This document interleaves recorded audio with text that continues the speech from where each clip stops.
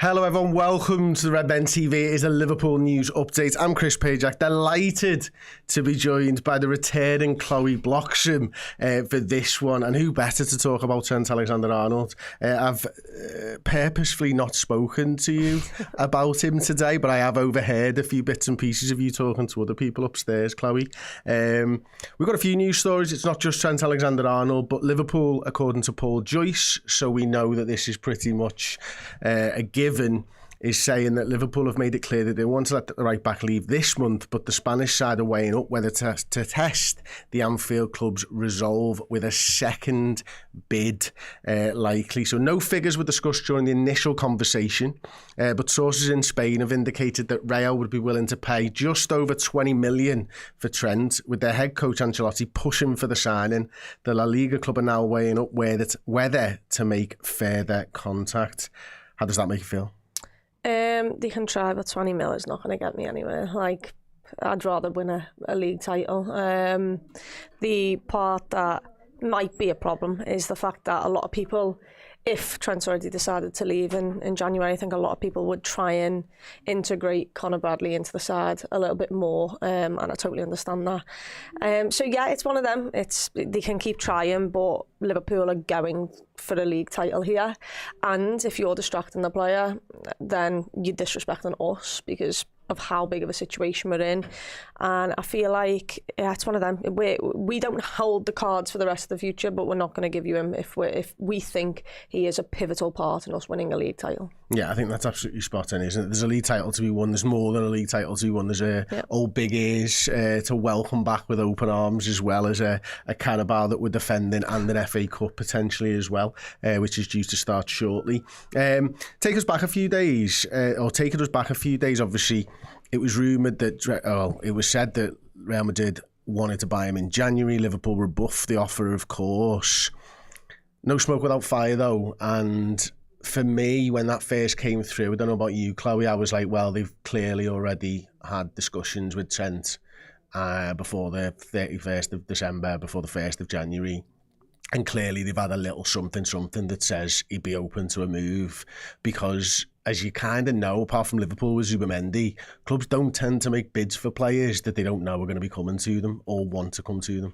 No, and yeah, because you don't want to make yourself look stupid, and also you don't want to give your cards away. They're clearly looking at a right back, and it feels like there's got to be some internal talks that have basically said, test the waters and see what happens there. Maybe he's... I don't get why you'd want to do it, because if I'm in his position, I know a lot of Scousers specifically, but a good number of Liverpool fans in general are not going to see me as a hero anymore. Are not going to, if I leave to go to Madrid, in the way. So at least let me give them a league title, or let me stay until the end and try and win them something as maybe, you know, a goodbye or whatever. But the fact that Real Madrid have came in and they're looking to potentially come in again, it says that there's some talks there, and Trent is giving them some kind of push to say, yeah, go and test the waters, see what you can get out of there, which isn't a good look for us, really. No, it's not. And I can almost imagine the people who are a little bit more glass half full than me would be going, well, you know, maybe it's just a negotiating tactic and all that type of stuff, but it doesn't feel like a negotiating tactic, does it? It does feel like Trent Alexander-Arnold right now will be leaving Liverpool Football Club, and most likely in the summer, because I just can't imagine that the manager would want to get rid of Trent at this point for what is, quite honestly, a paltry amount of money for a world-class talent like Trent. Yeah, 20 million is absolutely nothing for him, really. And like we've mentioned there, if we win a league title and he's a big part of that, that means more than the 20 mil would ever get us.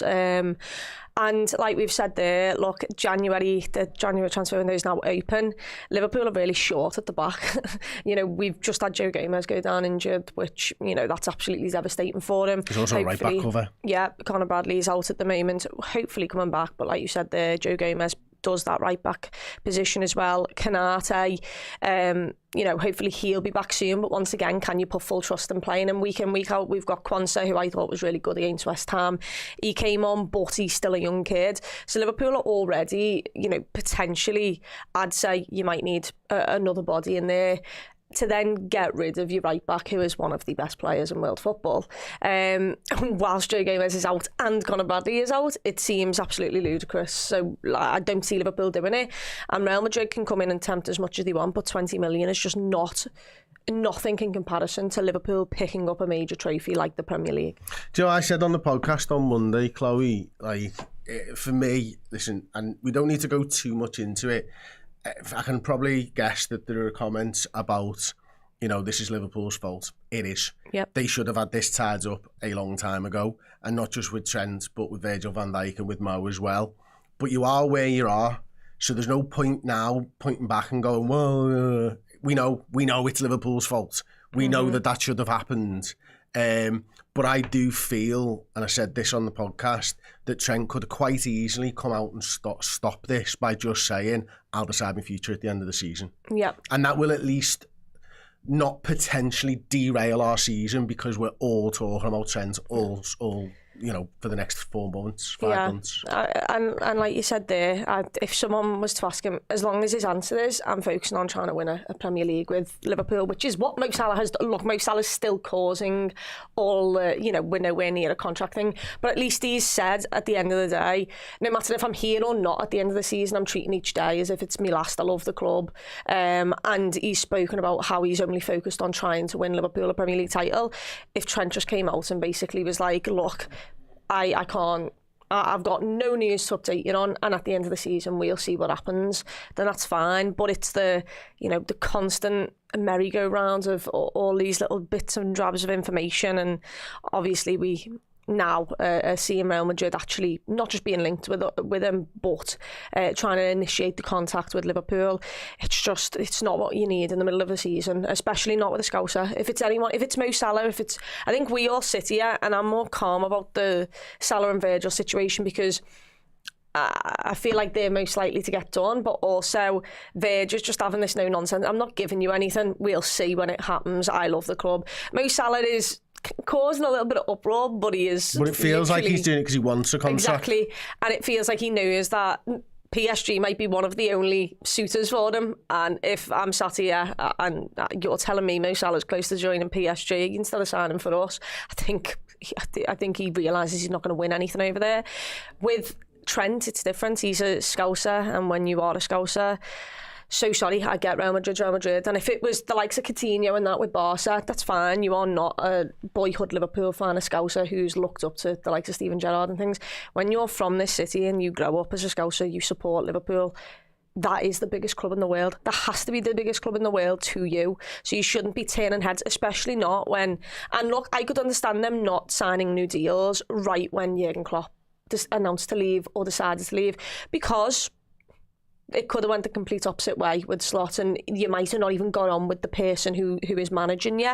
You hate training. You could quite easily hate the 4 days of training that you do a week, and you only see 90 minutes in the or game. Your goals aren't aligned or anything like that. But this is everything he's said about Slot. Like, he demands more from me. I love it. He's trying to make me a better defender as well in all of it. He still realises I've got so much to improve, but he also realises how good I am. You're top of the Premier League. You're top of the Champions League. You're with a team who's a lot of people a lot of people are winners. Like, how that doesn't make you think, oh my God, like, I could do something special here under this new manager. I don't really get it, but that's his decision. What I will say is, the celebration at West Ham, I was fine with. But I think right now, he's stuck in a position of, I actually think he does want to go.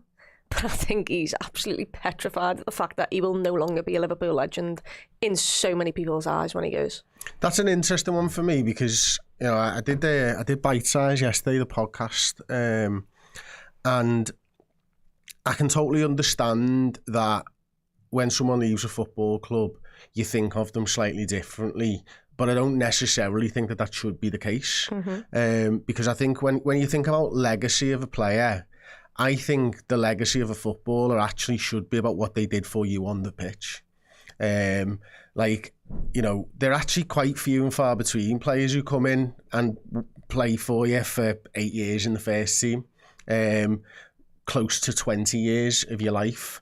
You know, we don't see a lot of that. It's the iceberg, isn't it? We see the tip of the iceberg, but that's a big tip. It's 8 years, but he's put 10 years of work in underneath that.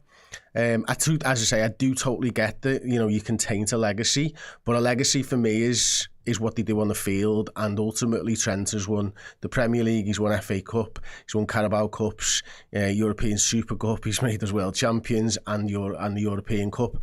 That is a legacy that I don't think leaving should actually taint, to be honest with you. I think you can talk about the person, but I don't think you can talk about Trent the footballer and his legacy, because he was part of one of the most successful periods in this football club's history, whether he leaves or he doesn't. Yeah, I get what you're saying. He can make himself one of the greatest footballers in world football. He already did. That's He already has. Yeah. Made himself the best right back in the world. Yeah, and he can continue to do that at Madrid. For me, it's slightly different. I'm more emotional, I'm younger, so that's just what I'm putting it down to. You can taint it a legacy, but legacy's tainted by someone like Mason Greenwood. Off the field stuff can impact the legacy. Yeah. But for me, just leaving a football club, I wouldn't like it. I don't want him to, but I don't think it should really taint what he's done in the past. Can I get your thoughts on the Michael Owen situation? He was a knob, but he was a knob because he went to Manchester United more than Real Madrid for me. Okay. That's different, do you know what I mean?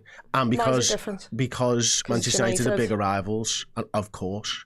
You don't need to be old or young to understand that. And because he went to Newcastle, and then, you know, when he could have quite easily come back for us, that's different to me. And equally, wasn't Scouser. Yeah. No, for me, I'm just younger. I totally understand. And look, he is one of the greatest. He's got one of the best techniques of a footballer I have ever seen in the flesh, and I've loved every second of watching him play football. I think he's been unbelievable, and I've had a bigger love for him as a player due to the fact that he's also a Scouser, because that's just the connections that you have there. Agreed. But that also means, because of how much I have supported him, loved him, think he's unbelievable, and the connection with the Scousers, it also hurts more when he inevitably decides to go. So yeah, I think it's different. I think in the way that you do leave and things like that can taint it. He is an unbelievable footballer. Will go on to win many more things, no matter. I mean, but does it taint his football legacy? Well, but I'm not looking at him. See, it depends, because his football legacy will still go on at Real Madrid, and he will go on to be an unbelievable footballer. I get that, but it can taint your. I totally agree, though, Chloe. With you, it can taint your view of him. Yes. But how can it taint your view of a fella who's done everything he can to win every trophy in the world for you? I think, once again, it's just his football legacy is different to what I see now. Like, I never look at Lucas Leiva, all these footballers who played for Liverpool, who I absolutely adore. I don't look at your trophy cabinet or what you won for Liverpool. I look at how you made me feel as a fan, the excitement you brought me, all of that kind of stuff. Once again, if it was just down to trophies and how good of a footballer he was, absolutely, that you can't think that is a separate thing. But when you play for Liverpool, I am that type of fan who's going to buy into you as a person as well. Darwin Núñez, how much stuff goes on around him, and I'll continue to support that lad as long as he wears red. I'll continue to get behind him every single time, and I'll continue to love him as long as he gives absolutely everything for the football club. It's different. I can't separate the footballing side, because when you play for Liverpool, I support you 100% fully and want to buy into you as a person as well as the player you are. So that's why it's different for me. But I get what you're saying. Like, he's won loads, and he's done a lot. He's done a lot more for Liverpool than many people can say. But once again, I don't just look at a footballer and look at their trophy collection. 'Cause truthfully, like, it's the last thing I'm thinking. You listed everything he's won, and you talk to me about Trent, and I probably wouldn't really mention any of that. I'd mention the person and the type of player he is, and how I felt the other day when I watched him do that ball against West Ham whilst I was in the away end, and everyone just turned around and was like, that is a joke. Those are the moments I think of. I didn't think of the trophies that you've necessarily won all the time. Yeah, it's interesting for me, because as I said, if you view a player's legacy, what is their legacy? Like, you know what I mean? That's what you look back on at the end of their careers, isn't it? You know, at the end of the day, it's, you know, Steven Gerrard lifting that European Cup and staying with us and stuff like that. Much rather him, of course. People are talking about Lucas Leiva because I mentioned them. I absolutely adored Lucas Leiva. Yeah, I same. adored Daniel Agger. Lucas Leiva's song was one of my favourite songs on the Cop. Like, it just was. When I think of Lucas Leiva, what do I think of? I think of the moment where against Everton, where we played lovely football, and then his shot's horrendous. And the manager's laughing. And the manager's laughing at him. Like, Lucas Leiva he wasn't an unbelievable footballer, but he gave you absolutely everything on that football pitch. And these are the things, you don't have to be world class to be loved by people in the football club. You don't, like, as long as, for me, you give that 100% and you show that you're... I mean, Wataru Endo, like, that lad looks like he'd die on the pitch for Liverpool at any given moment. He's not bothered about the fact that he's other people are now ahead of him. He just likes what he's doing with his role, and he'll come in and battle for you and be a warrior on the pitch, and that's why I like him. I don't like him because I think he's outstanding or he's the Japanese captain or anything. I like him because he walks onto the pitch and he'll give me absolutely everything. And whether anyone thought he was good enough or not when we signed him doesn't matter, because once you put on a red shirt and get on that pitch, as long as you give me something, that's someone else has bought you. If you're not good enough, and by the way, he is good enough for Liverpool to play a part in this season, of course. What I'm saying is, when players are brought into Liverpool, it's not them who sign themselves here. Someone's identified them. And if someone else has got that wrong, then that's on them. As long as you give me absolutely everything, then I can't really ask much more of you. You just might not be at the level to start. And would you say then that Trent hasn't given everything? In terms of what? I think Trent has gave... I mean, I just think Trent's an unbelievable footballer anyway. I think a lot of the time, he does have to try, but things just look so easy to him.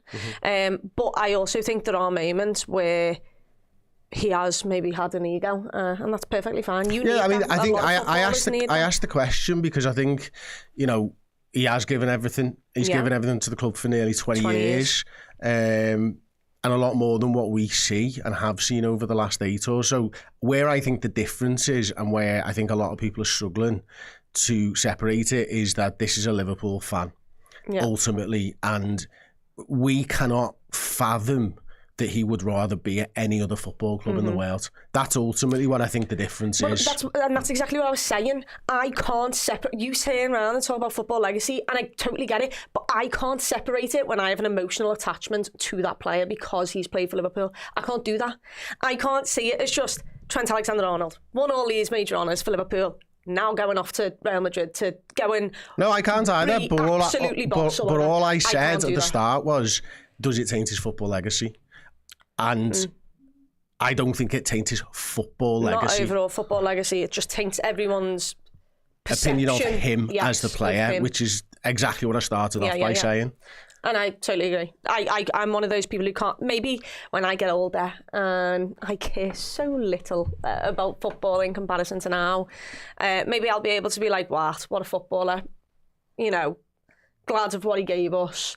Slightly annoyed that he went on and won. It's probably more. It hurts so much that you just can't go through it again. Maybe than anything else. Because Fernando Torres broke my heart. Robbie Fowler was mine. Broke my fucking heart. Didn't even have to leave on a free. Just got sold. Absolutely broke me. You know what I mean? And that was the way that it is, unfortunately. We'll move on then, because that was quite interesting. Thank you for your views there, Chloe. We will be talking about 4 players who could miss the Manchester United game. We've got it on the screen right now. You can see from the Liverpool Echo. We'll be talking about Ibu Konate, who we know is still injured. Conor Bradley, of course, and then there's Joe Gomez, who picked up that injury, and Federico Chiesa as well, who could well be missing. We still don't really know. In fact, it's probably a good time to bring in the story around Federico Chiesa looking for a way out at Footy Mercato or Football Mercato. This is a translated website. After a difficult start to the season, Federico Chiesa is aiming for a return to Italy in the form of a ready to relaunch his career, according to our information. Napoli is in pole position. There's some mad terminology in this one, but ultimately he wasn't in the squad against West Ham, was he, Chiesa? No. And He was in the matchday squad before that. He was ill over the Christmas period. Slot said it was like basically down to a decision of his rather than an illness or an injury that he was missing. Then the rumours start happening about him looking for a way out. Seems a bit strange, this, but there seems like, I don't know whether I'm like this on my own or you think the same, but it feels like there's something to this. I don't know. I've tried to ignore it as much as possible.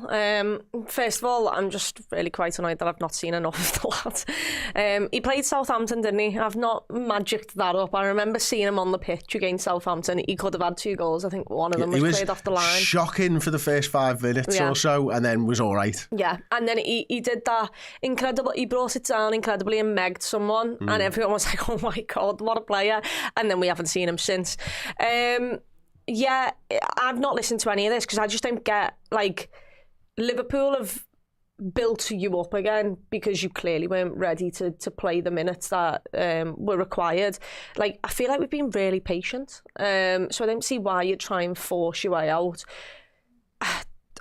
No one, Arne Slot's never said a bad word. He's never gave any indication of, even if there was something going on there, he's always just said, we've got to take it slow, steady. We don't want a re-aggravate an injury or anything like that.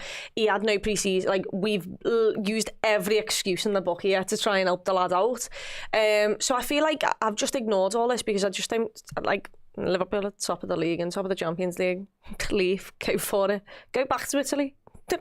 If you want a nice, easy life, absolutely go back. But if you've got desires to win things and win big trophies, you're staying at the Premier League, you're staying here, and you're going to try and create something. Because, like I said, he's got a song, by the way. Like, he's got a song, and it goes off on away days. So I don't read anything into this, mate. I try not to anyway. I think there's something in it because I say there just seems to be, well, no smoke without fire type of stuff, but I just don't know why Liverpool would want him to leave without getting somebody else in or bringing somebody back like a Ben Doak. Yeah.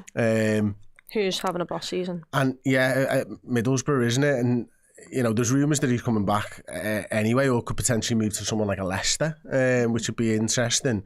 But the Kaiser stuff, it's like, especially if you've decided that Diaz is your number 9 and Gakpo's your left, it kind of leaves you quite short in that Jota and Núñez are obviously both number 9s. Jota can play a little bit from the left. I disagree with anyone who tells me that Núñez is a left winger. I think he's shocking out there, to be quite honest with you. Obviously, you'd have no backup for Mo, but we've not needed one anyway. But it does feel a bit like, what the hell, like, you know what I mean?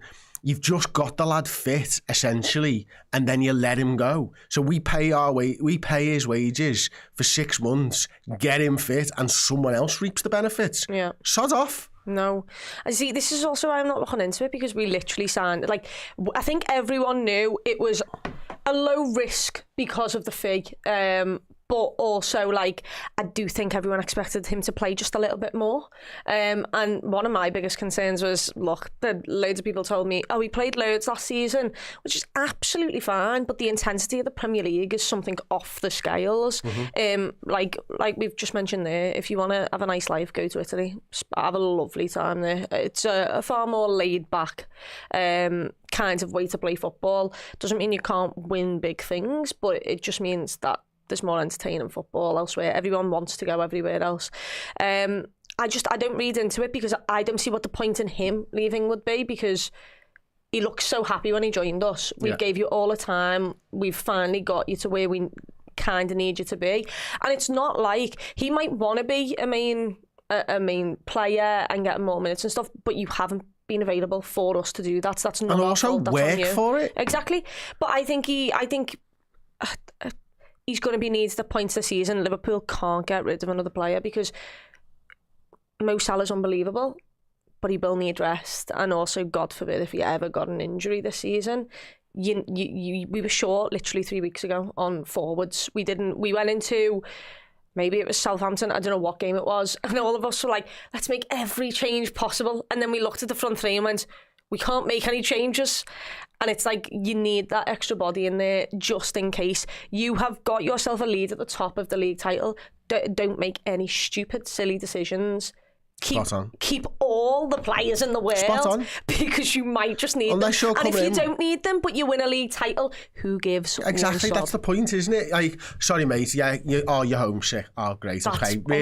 Really, it's going to be 4 more months. Yep. Give or take. Like, we'll say it in the summer. We want to keep you around. You're going to have to suck it and see, mate. Yep. And if you want to prove that you're worth first team minutes, get on the field and start doing something and try and out the best player in world football. Good luck with that. Also, you kind of knew you were here for that. Yeah. You knew you were here to basically back up Mo Salah and try and turn your career around. Just get on with it, mate. Eddie Ventures sent us a super chat. We're good. How did we feel after the Real Madrid match? We felt fantastic. Even more fantastic when that weekend we then beat Manchester City. So we scored 4 goals and didn't concede any over the space of about 4 days. And we basically won the hardest week of our lives. Excuse me. So yeah, someone in there said, I can't find it, but they were talking about the Trent thing and said Mason Mount, I can't find the comment, said Mason Mount won a Premier League, doesn't make him a Chelsea legend. Chris, completely agree. That's absolutely not a thing for them. Obviously, it is about how much you do over the course of your career. He would have spent a long time there, though. Yeah, he would have. Yeah. But like legends based on your club's history and stuff as well, isn't it? Like, Trent has the chance to go down as one of the all-time Liverpool greats. He won't if he leaves. Yep. That's the way it is. You know, he can be one of the parts of the team that you talk about who won that league and who won the European Cup, but really when we're speaking about that to our kids in 20 years time and our grandkids and stuff, you're talking about Bobby, you're talking about Mo, and you're talking about Sadio Mane, and that's the front 3 that you're talking about.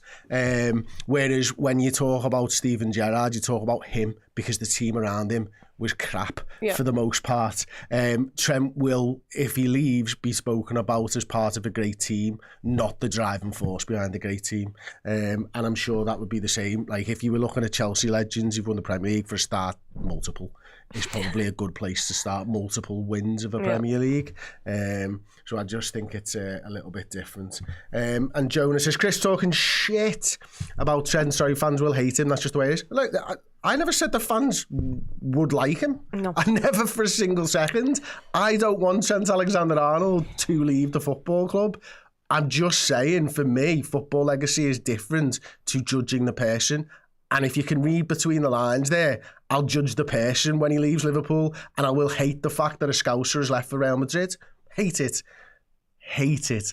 Is that in simple enough terms for you? What do you reckon, what is the percentage that you think he's gone? I think he's 90-10. Like 90-10, yeah. 90-10. And yeah, it's going to be like, listen, you know, at the game 4 or 5 weeks ago, maybe even longer, you can hear pockets of people talking about him whenever he misplaces a pass. So there is going to be huge hatred, not just from online, but from match-going fans if he leaves the club. Yeah. And it's mental to me that he has put himself in this situation, because he could have just said, I'll talk about my future at the end of the season if I don't sign a new contract with Liverpool straight away. And it's all done and dusted. And you don't... That's the thing. He's running the risk of derailing our season, and that's unforgivable. Yeah. It is, because you can just fucking end it. It's mental, like, absolutely mental. So, Team Talk, Liverpool exclusive. Liverpool are open to selling Darwin Núñez, and the truth behind the eye-catching links to AC Milan have emerged.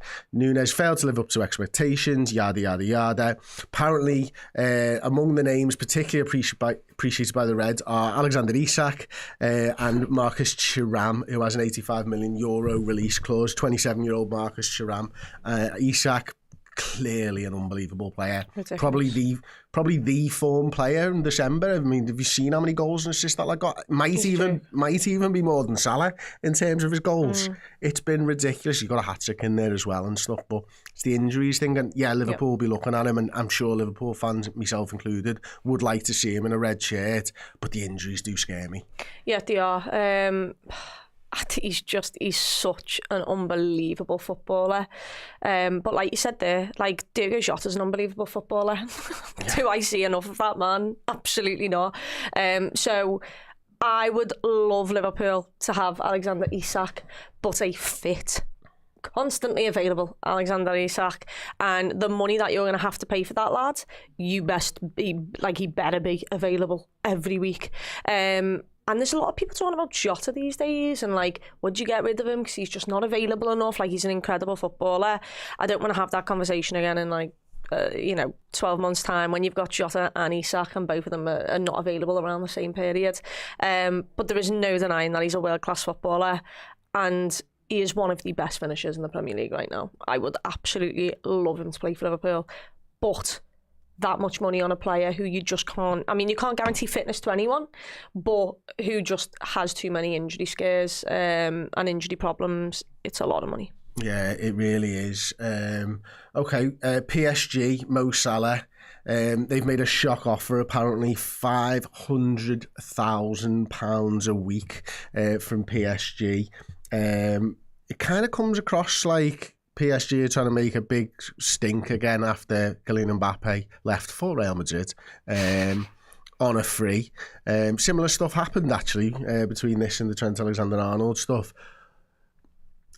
I can't imagine, Chloe, that he wants to win a French league. It's not a burning desire for him. No. I mean, he might... The thing is he might finish top of all the tables with the most goals and assists, but he does that anyway in Europe's top 5 leagues. So what are you really gaining? This is the thing with Salah, is that I just feel like he's too competitive. He's too professional, and he wants to win the biggest of the biggest things. I don't think he thinks his career is time for... let's go and sit and get loads of money and not have to put in half of the work. He's too dedicated for that. So this does not scare me in any way. And maybe this is going to come back to bite me. But like, even if he does go to PSG, I'm just going to sit here and be like, well, you're not winning the Champions League. You're not winning something. They might massive. not even qualify, no. Which is mad, isn't it? Because are they outside the top 24 as it stands, and they've got City next, and obviously they're close with them, aren't they? Yeah, they're not good, are they? They're really not. Who do they even have up top these days? I have forgot who. I don't know who plays for this. They got that Benfica midfielder, Neves, I want to say it is. Maybe it's not. He is boss. But like, going through their team, I can tell you they have Nuno Mensch, Hakimi, Donnarumma, maybe a Vitinha in there, and then they've got Kolo Muani up top maybe. Dembele, I think he's absolutely crap, me. Like I don't get the hype around Dembele. I can't remember half their squad where like 3 years ago it was blockbuster players in every single position, and you were like, Jesus Christ. I can't remember half their squad. Maybe a Skriniar at the back. Marquinhos is probably still there. But I take no notice of PSG. I said pounds before, €500 per week in wages as they've been making their first marquee signing since the departure of Mbappe. That's according to French journalist Romain Collet-Gaudin. It just doesn't... Just go to Saudi and earn more money, not taxed, and walk on a football pitch. Like, Ronaldo sat there... absolutely making up awards for himself. Yeah, he's making up awards. He's sat the there. Middle Eastern best player. 3 years in the row, Ronaldo's won it. And also, they only started doing it when he went. Did you know that? Did you know that? That's ridiculous, isn't it? Can't win the Ballon d'Or anymore. Can you make me a Middle Eastern best player awards? Isn't even the best player in the league wins the award 3 times. But also, if you want to win a major trophy, the Saudi league might have a better. You said major there. There's a big pitfall in your plan. No, the Club World Cup. Oh yeah, because of course they're getting in there now. Pay into that. Yeah. One of them gets to go into that. Yeah. Go there, try and win with that team, and then you're at least, your potential to win. That's better. But the thing is, Mo, with the greatest respect to Egypt, has tried winning like competitions when he's on his own. It's incredibly difficult. Yeah, but like depends who he goes for because there are some big names. It doesn't mean they're any good anymore, but there are big names over there, and also, I don't know how many games you have to play, but I don't think there's loads of games to play in that, so you might just get lucky. and Mo Salah creates moments of brilliance on his own. You just got to hope the rest of the team can hold There's on. absolutely no way I think that he'll sign a contract with PSG, even for that. No. Like it will annoy Liverpool because they'll be like, oh shit, we were so close to getting him for say 400 grand a week, and now he's got 500 on the table. And you know what? We're like, for money, it's like penny pinchers, fuck's sakes. And Mo's going, 500's on the table here, guys. But in that situation, I'd be like, 500,000, but a French title. You can come here for a little bit less. Champions League at the moment, Premier League, you can have a go at. You literally can go on to potentially win a Ballon d'Or here. That's it. Like, yeah, that is it. And I'm so sorry, I bet he wants to win. You know how Trent the other day, everyone was shocked when he was like, I'd choose a Ballon d'Or over anything. I reckon Salah would. I don't think he'd come out and say that. I think he'd mentally think it. But I think he'd be like, no, I want to win something as a collective with Liverpool. Yeah, and then if but the like, that has got great. to be a desire. And after his first half of the season, he is up there with the chance to do that. You go to PSG, he should be in the driving seat. Chance. He's in the driving seat for the Ballon d'Or. Where did Mbappe finish when he had that incredible year with? I mean, he's had many incredible years with. Was that the one was when that World Cup where like he scores a hat-trick? And is it that year, 22? Was that Modric's year? Did Modric win that one? No, because that was the Euro. I don't know, but he's had some unbelievable seasons. 22 was the main one, and Leo Messi still beat him, and all Leo Messi did was win a World Cup, even though it's only. But like Mbappe probably did more numbers or whatever. The mad thing is, I don't think he's winning a Ballon d'Or wherever he goes, Trent. No, that's true. Unless he moves to midfield, I can't see him doing it. You know, I think Virgil came close. Cannavaro was the last defender to win a Ballon d'Or. If he goes to Real Madrid, I would hazard a guess that Vinicius Junior or Jude Bellingham would be ahead of him in the pecking order for winning a Ballon d'Or. Yeah. And probably Mbappe if he sorts himself out. So there you and even at Liverpool, you can't win it because of Mo. No. Because you're not going to win it. You're probably the one there. Assisting him all the goals as well. You'd be like, you'd have to start playing the ball to Gakpo to try and get yourself a Ballon d'Or rather than Mo. So, like, I don't actually believe that Ballon d'Or stuff anyway. Like, I just don't think he'll win one regardless unless he moves position. Yeah. It's an uphill battle. He's incredible. But to get also being at right back, he's always, no matter how good he is, he's always going to be ridiculed defensively. And can you win a Ballon d'Or when people are ridiculed? They're still finding something to take the mick out of. Like Modric, any of these players who've won it, it's Lionel Messi. Good luck trying to say something about him. Modric won it. Rodri, people tried to criticise Rodri. I get that, but I think that was more the position of him than how good of a year he'd had. Like, how can a DM win it instead of a left winger who's very skillful? But people who've won it, like everyone's going to sit there and say, but can he actually defend well? Yeah. And it's like a Ballon d'Or person, someone's won the Ballon d'Or, and what you're asking me is he actually a good enough defender when he's a right back? No. Yeah. That can't be a thing. Even to say, you know, this season, I mean, it was the other day, Carragher did his team of the year, didn't he? He didn't have Trent in at right back. I think Gary Neville did have him in his right back, but I don't think Carragher did. Who would you have had at your right back? I'm trying to think of right backs in this. I probably would have gone Forrest. I can't say his name correctly. I don't think that's what Carragher did. I think he went. Did. I thought he went Milenkovic as centre back. Yeah, and Aina, I don't know how you say his name. Kostas knows him, I know that much. He had him at right back. Did he, yeah? And he had Robinson at left back, which would probably be him or Kirkes. Yeah. Is the two. Fair for them.